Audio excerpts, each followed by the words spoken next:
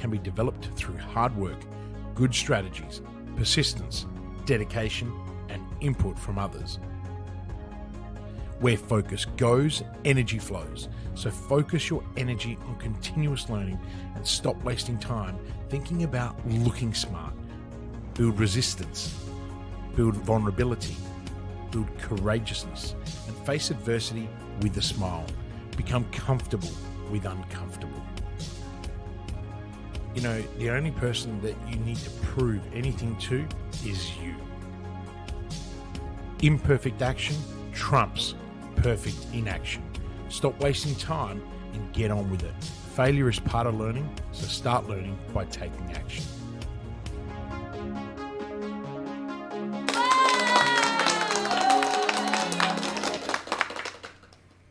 Kristian Livolsi, it's your birthday. Happy birthday. No way. Is it really my birthday? Well, Facebook told me so it must be true. Yeah, look, Simone, it is my birthday, and I do want to thank you for probably one of the best birthday messages that I have received in a very long time, and we know that you get paid to say all those things, so thank you, and a big round of applause to Simone. I learned my writing skills from the best, so... What, ChatGPT? I did not use chat for that at all. I promise that was 100% every word was from me. But thank you. Happy birthday. I hope you are actually taking some time tonight to do something for yourself. No. I've seen the calendar, so I know that's not true. It was an early start at 5 a.m. and it's tonight. Well, actually, it's Leonardo's year 3 concert. Well, it's his concert, but Leonardo is also in the school choir. So he's got normally most children would be just doing the xylophone concert, but he's in the strings for his cello, and then he's also in the choir. So he said to me, "Pa, this is your birthday present." I said, "Okay, I'm happy with that." Watching my son show me what he's learnt throughout the whole year. So no, it's going to be really cool. So I'm looking forward to that. And I just picked him up from school, dropped him off home. He's now practicing more. And he said to me, "Pa, we did a 4-hour rehearsal today. I am so done." Right? And I was like, and I said, "Oh my gosh." And he goes, "Yeah, well, because I had to do xylophone, I had to do strings, and then I had to do choir." And so he goes, "Next year, I'm not doing strings, I'm not doing xylophone, I'm just doing choir." Oh, that's good. So it's pretty cool. Oh, well, it will be a nice evening for you then with your family. And I know you got to sneak out for lunch with your beautiful wife, Lucy, today. So that would have been, I'm sure, brief, but nice. Oh, look, I had a delivery arriving. So, in fact, I had a couple of deliveries arriving. Just don't tell Lucy. One was a big box of cigars and the other one was some wine. So she's been getting a bit grumpy with the amount of wine. All my allocations are come through, so Brockford and so it's like there's just so much wine, and the wine cellar is absolutely chock-a-block because I'm down to drinking 1 day a week, and it's and she's like, "What happens when you go on one of your crazy I'm not drinking for 6 months?" And I'm like, "Well, we'll just accumulate." She goes, "There's no room.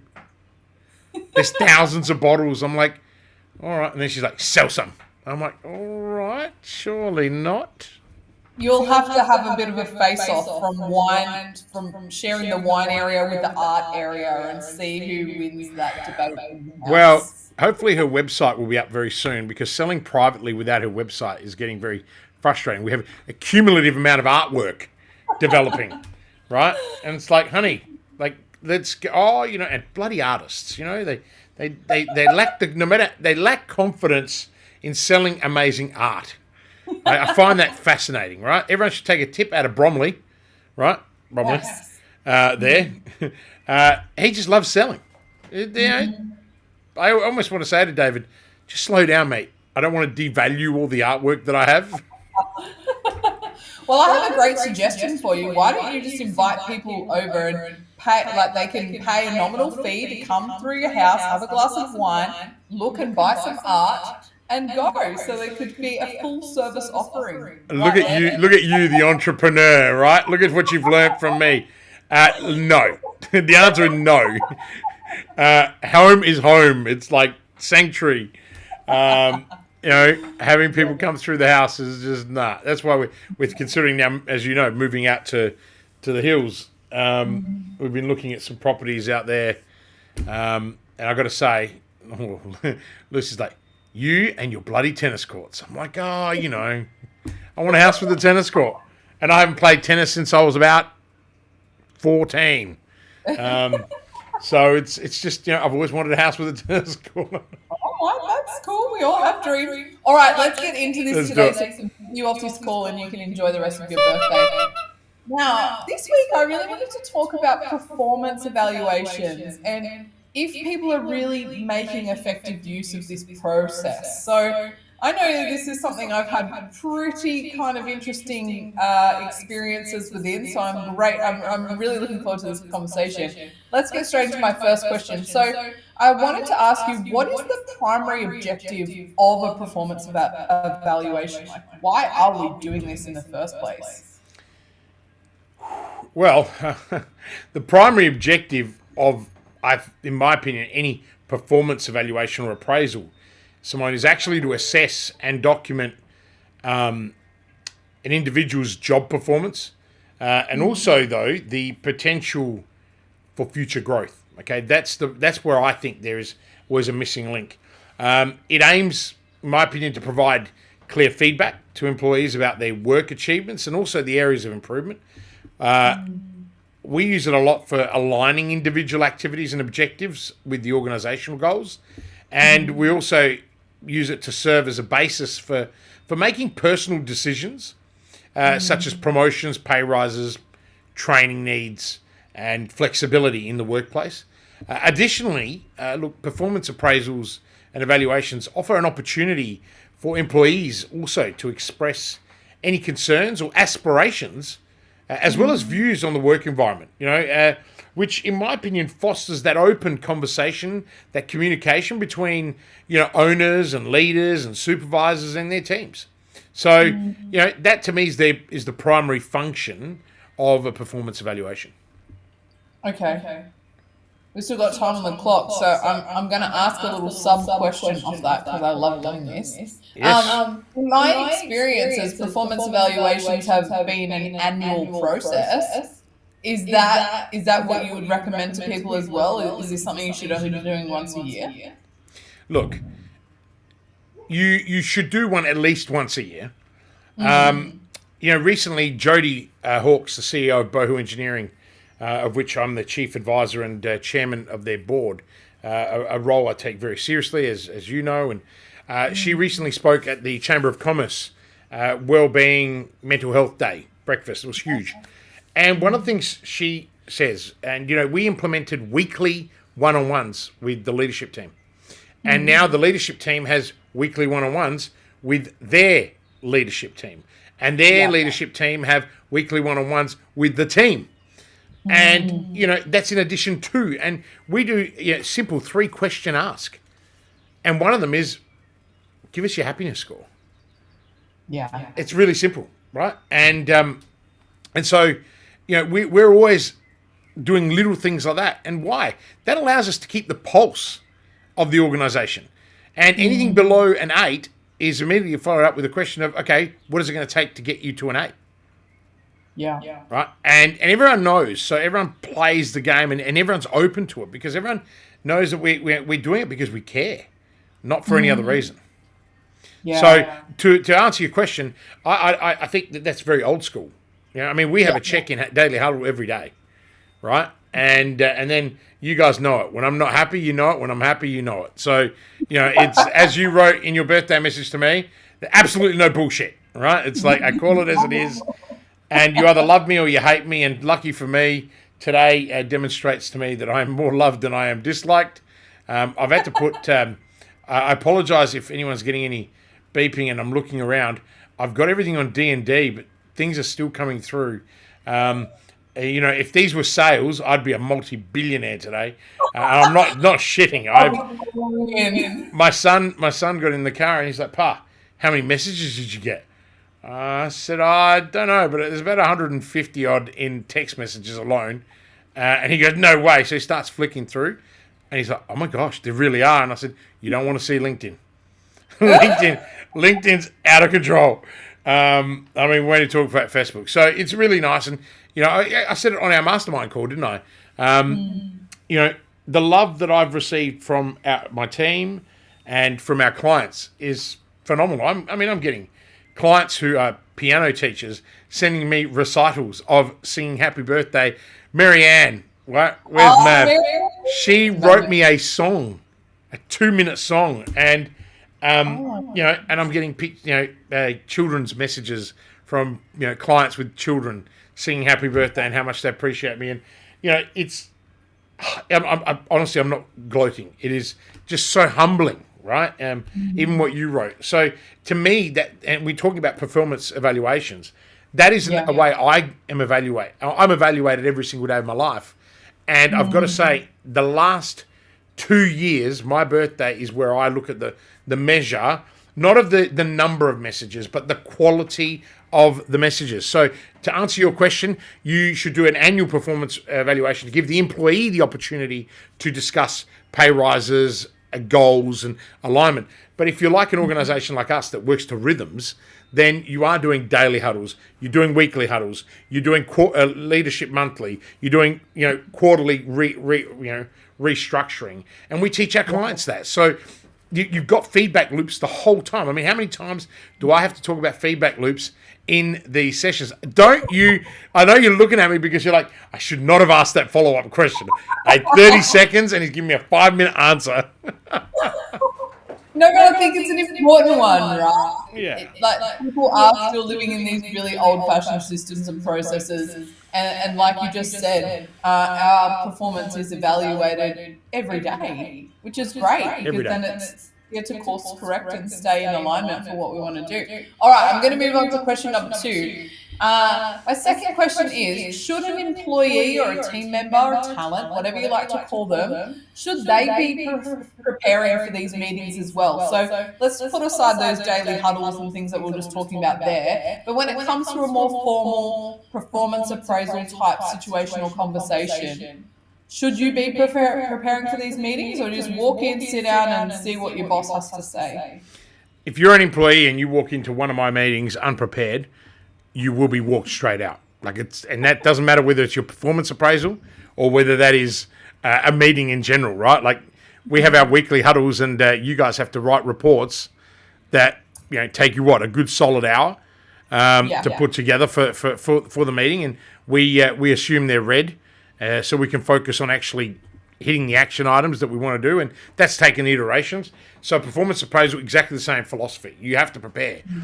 So an employee. The proper preparation can actually help you as an employee actively participate in the discussion, right? You can also highlight your own accomplishments, address any concerns, but also it'll help you set your future goals. Now, an employer is going to get really excited if an employee comes in prepared and it's not all about me, right? It's about the company, right? You want to get somewhere. If you're an employee listening to this, you want to get somewhere, make it about your employer. Actually be grateful that you have a job. I know that people can just bounce around and get jobs now, but once upon a time, the economy was so bad, you couldn't get jobs. Unemployment rate was 7-8%, and I can tell you, that hurts, right? Now we're not in that position, but let me tell you, the floor is being reached. Employers don't have any more money to give you, right? Yeah. So the advice I give our clients is, if someone's a pain in the ass and they're not a culture fit, then you flog them off anyway. Right? Yeah. But if someone is just pushing, and they bring negativity into the equation, but most people that come in a great organization, they come well prepared, right? Because why? They want to showcase their achievements. They want to clarify their expectations. They want the opportunity to ask questions. They want to seek feedback. They want to address those concerns. They want to help their goals because they want to get up. This is not about having level 5 ambition, Simone. This is just about saying, hey, I don't want to be bad. I want to be good. I don't want to be average, right? I just got a thumbs up for saying you don't want to be average, right? Self-evaluations, but really it's also about the opportunity to document. But the most important thing about performance appraisals is it's about being open and receptive. It's a two-way conversation. So performance evaluations are not just for managers or leaders or owners to assess their employees, but actually the reverse. It's an opportunity for you as an employee to showcase what you want and what you want to do and give you that opportunity. So, people, it's not a performance management tool. That's where people get it wrong. They use it as a performance management tool.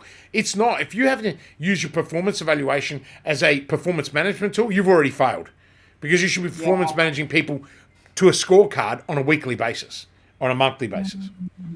Boom, I'm just so passionate about this stuff. No, that is actually just a big mic drop moment right there when I reflect on my friends and people I know when it comes to doing this process. It's more just like, we're ticking boxes just to get this done for the year, or now I have to talk myself up and try and sell what I've done and why I'm a good employee. So it's really great to hear those reflections of how you can really flip the switch and put it into different mindset of how you can use this as a really productive tool in your business. Absolutely. I mean, it's a productivity tool, so use it, but it's an opportunity for both parties, not just for employers, it's for employees.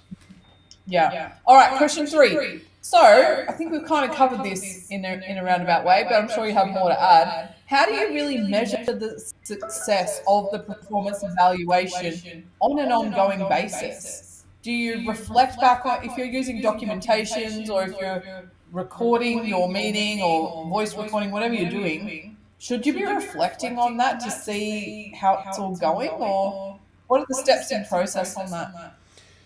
So if I get this right, your question is, how do you measure the success of an evaluation on an ongoing basis? Is that kind of what it is? All right. So look, measuring the success of the performance evaluation process on an ongoing basis is a critical element, right? Because there's no point in doing something once they're doing nothing, right? I talk about feedback loops all the time. So one is and this is some of the things that I would be tracking: goal achievement, right? Okay. So you track how many employees achieved, exceeded, or even missed their set goals since the last evaluation, right? Look at it as an overall.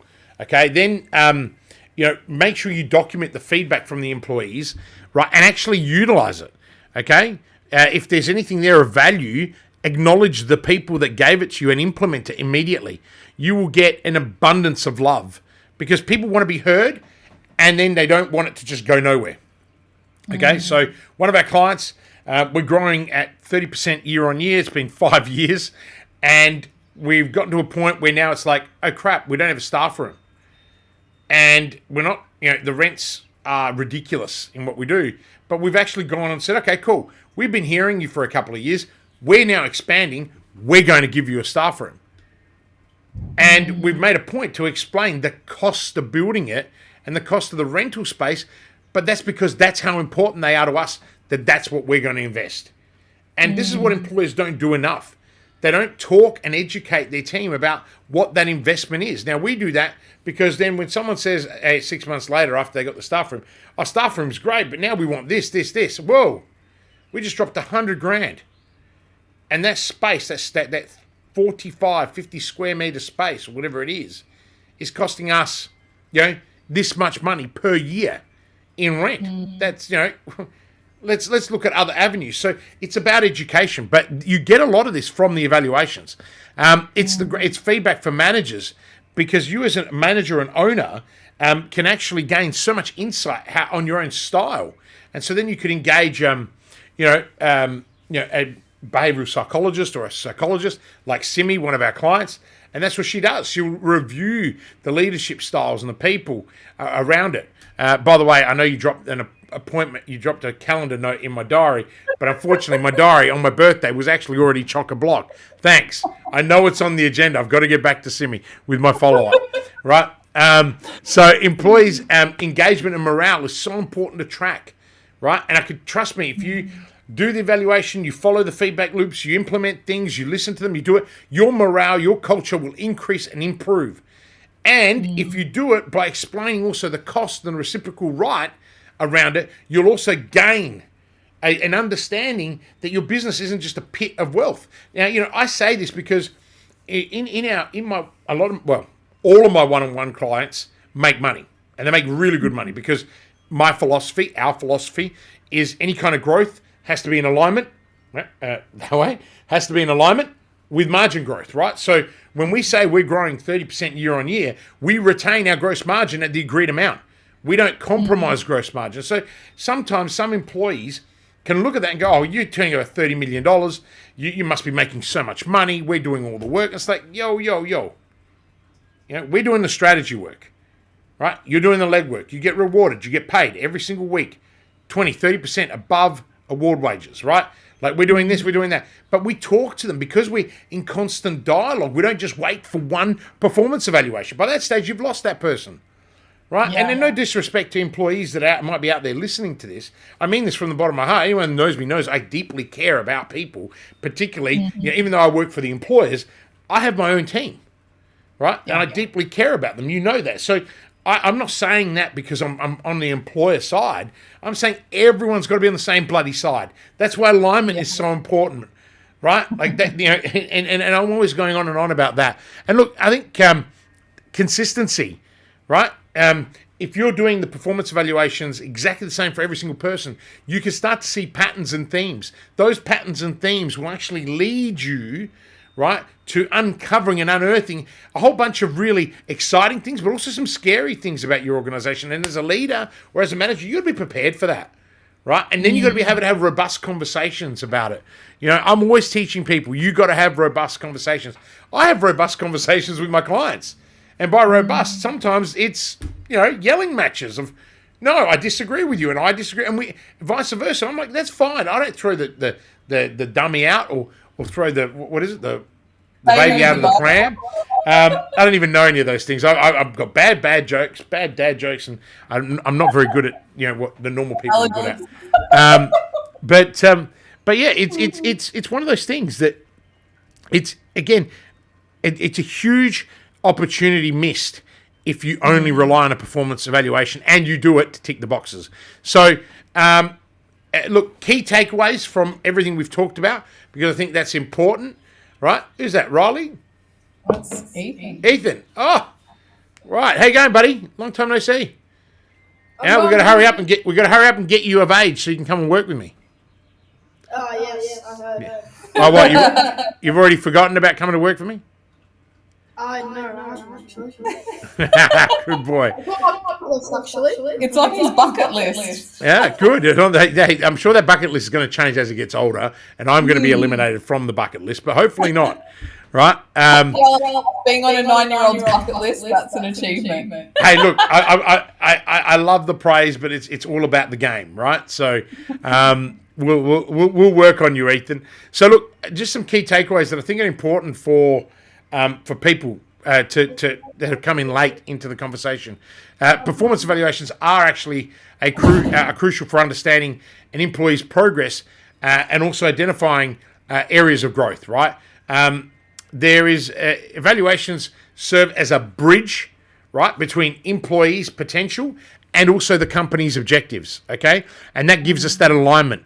I also think that employees should be encouraged to actively prepare their assessments, right? So that it fosters that open dialogue and ensures productive outcomes. And I think also effective evaluations really require that consistent measurement and also that refinement, okay, Simone?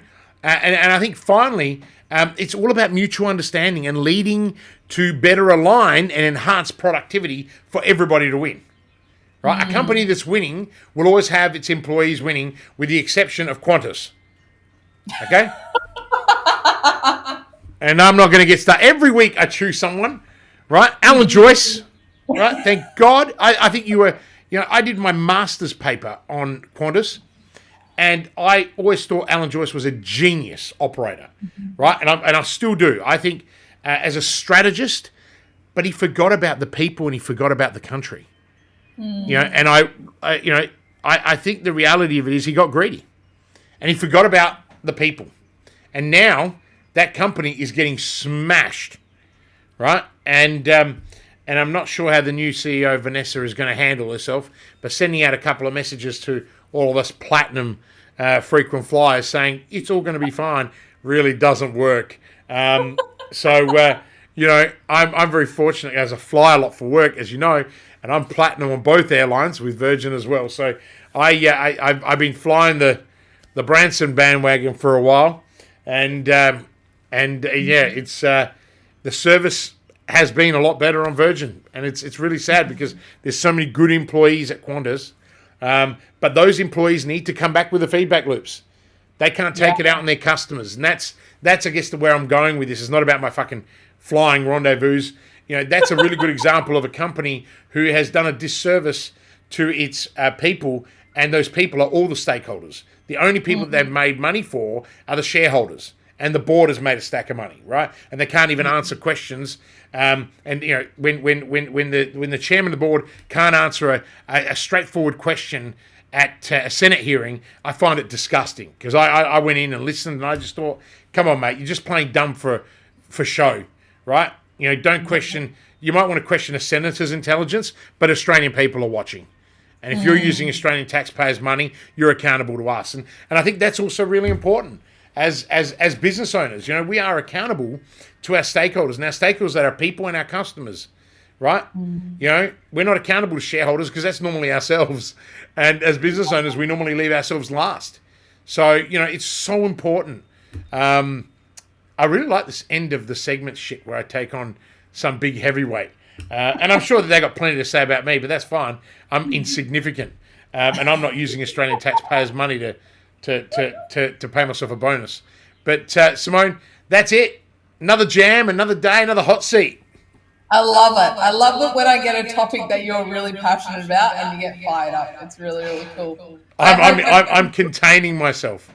I'm actually admiring my tan that I got on the weekend for being in the pool. Well, Kristian Livolsi, thank you for another hot seat episode talking all about performance evaluations today. It is your birthday. Get off your calls and go and have some great fun with your family and enjoy the rest of your day. And a big round of applause.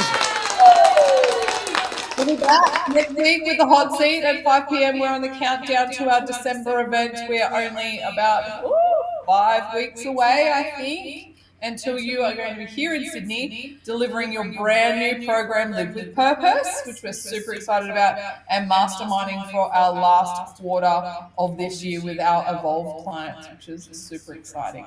Yeah, and LWP is going to be massive. I'm so proud of what I've built, and it's what transformed my life, and I've finally been able to put it into what should be a whole day workshop, might be 5. But you can't. I don't know if we get through it in one day. Yeah, look, it's lucky for me. I've got 3 one-on-one clients that wanted to go through it in a one-on-one format, and today we had tears and joy and jubilation, and yesterday we had tears, joy, and jubilation, and it's finding your purpose is not easy, and finding direction is even harder. So it's really important. Who's just snuck in? Blake. It is Blake. Hello, Blakey. Kristian. My favourite superhero. Happy birthday! Oh, thanks, buddy. You 102. Smell like a monkey. You look like a monkey. Thank you. I definitely smell like a monkey. I definitely look like a monkey. But Blake, I'm not 102. All right, on that note, Kristian Livolsi, have a wonderful night. Happy birthday, and we'll see everyone back next week for the hot seat. Thank you. Working with Kristian is a game changer. Hi, I'm Adrian Lee from GrowthLink Coaching and Consulting. I started working with Kristian in August 2020 as his LinkedIn growth consultant. We worked together on his LinkedIn brand for about 12 months before becoming business partners in Growth Outsourced late 2021. Kristian is a hidden genius. He helped me break through a significant financial target by restructuring my growth consulting online business offer. I don't know of any one person who can give you so much focus, clarity, and structure to live your purpose and get shit done. He holds you accountable to your words and gives you the tough love when you need it. I love his no BS approach to business and life. Everyone needs a Kristian Livolsi in their life. Do whatever you have to work with Kristian. This is just the beginning for us, and I am super pumped to continue growing together. Thanks again, Kristian.